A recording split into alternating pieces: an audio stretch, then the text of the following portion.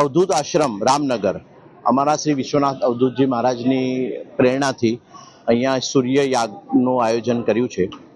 સૂર્યયાગ એટલે સૂર્ય નારાયણ ભગવાનનો યજ્ઞ. એ સૂર્યનારાયણ ભગવાનનો યજ્ઞ આજથી 25 વર્ષ પહેલા અમારા પૂજ્ય બાપજીએ મુલતાઈ એટલે કે તાપી માતાનું ઉદ્ગમ સ્થાન મધ્યપ્રદેશમાં આવ્યું છે. એ ઉદ્ગમ સ્થાનથી ત્યાં યજ્ઞ કર્યો અને એની સાથે સાથે સુરતમાં જે તાપી માતાનું સંગમ સ્થાન છે અહીંયા એ બે જગ્યાએ એક સાથે યજ્ઞ સૂર્ય યજ્ઞ કર્યા હતા અને એક સાથે પ્રારંભ અને એક સાથે પૂર્ણાહુતિ. એવી જ રીતે એમની પ્રેરણાથી, એમની આજ્ઞાથી, એમની કૃપાથી આ યજ્ઞ 3 દિવસનો યજ્ઞ આજે અમે પૂર્ણ થાય છે. આજે ત્રીજો દિવસ, આજે પૂર્ણાહુતિ છે. એ યજ્ઞનો ઉદ્દેશ ફક્ત એક પોતાના લાભ માટે નથી. અમારા આચાર્યશ્રીએ જે સંકલ્પ લેવડાવ્યો એ સંકલ્પની અંદર એમણે પોતે જ કહ્યું છે સંકલ્પની અંદર કે સર્વે ભવંતુ સુખીનઃ સર્વે સંતુ નિરામય. એટલે કે તમામ જીવ, તમામ આ પૃથ્વી ઉપર જે ગ્રહોની ઉથલપાથલ થઈ રહી છે અને એ વિશ્વની શાંતિ માટેનો આ યજ્ઞ છે. તમામ ગ્રહોના આધિપત્ય દેવ સૂર્યનારાયણ ભગવાન છે એટલે સૂર્ય યજ્ઞનું અહીંયા આયોજન કર્યું છે. કેટલા બ્રાહ્મણો અહીંયા બેઠા હતા? આહુતિનું કઈ રીતનું આયોજન? કેટલા ભાવિક ભક્તો દર્શન અત્યારે આવી ચૂકેલા છે?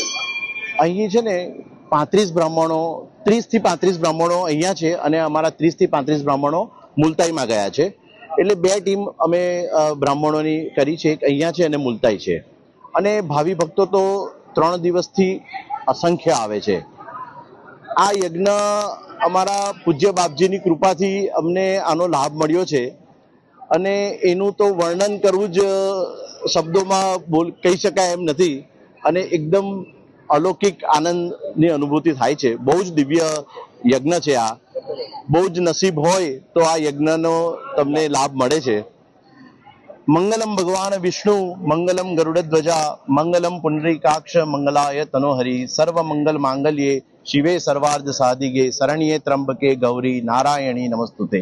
એટલે સૌના કલ્યાણ માટે, સર્વનું કલ્યાણ થાય, સૌને એને માટેનો આ યજ્ઞ છે. અને તાપી માતા તો સૂર્યપુત્રી છે.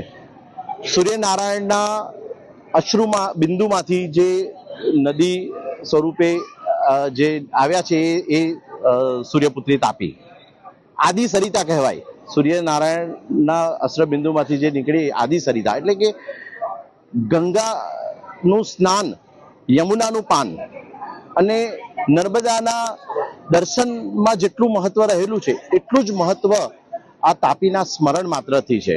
એટલે મા તાપી તાપહરો, તાપી માતાને અમે વંદન કરીએ. તાપી માતાનું ને પૂજન કરવાથી, એનું ખાલી સ્મરણ કરવાથી તમામ જે પાપોનો નાશ થાય છે અને આપણને શુભ ફળ મળે છે.